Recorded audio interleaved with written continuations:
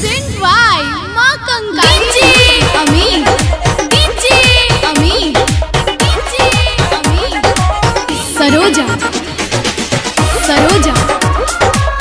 सरोजा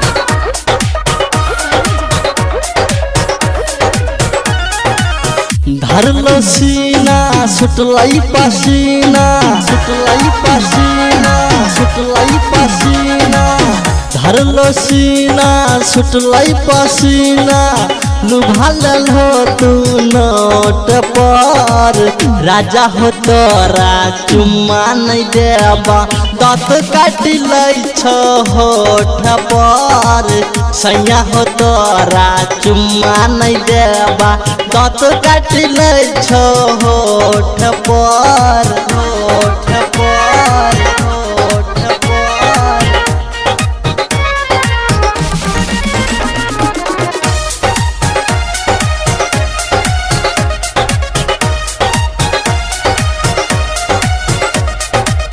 तोरा फेरा में कहियो न परबा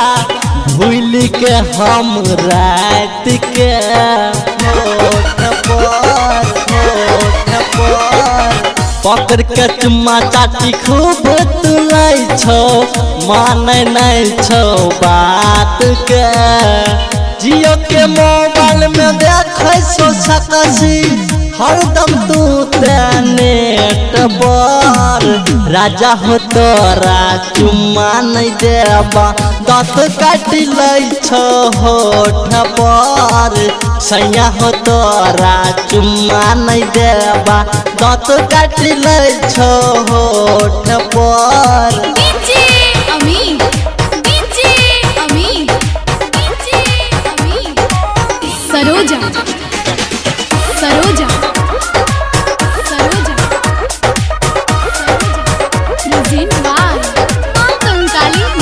मजा के साजा दिल हो सैया जब चुसलो होठ के होठ पर अमित सरोजा मारल हो माजा मुँह में साड़ी से तोप के चंद्र किशोर जीजा सुनील देवरबा देखे हमारा जांग पर राजा हो तोरा चुम्मा नहीं देबा दाँत काट लै छो होठ पर सैया हो तोरा चुम्मा नहीं देबा दाँत काट लै छो होठ पर धरलो सीना सुटलाई पसीना लुभाल हो तू नोट पर राजा हो तोरा चुम्मा नहीं देबा दाँत काट लै छो होठ पर सैया हो तोरा चुम्मा नहीं देबा दाँत काट लै छो होठ पर होठ पर। नए गायक कलाकार अपना ऑडियो वीडियो बनवाने के लिए डायरेक्ट संपर्क करें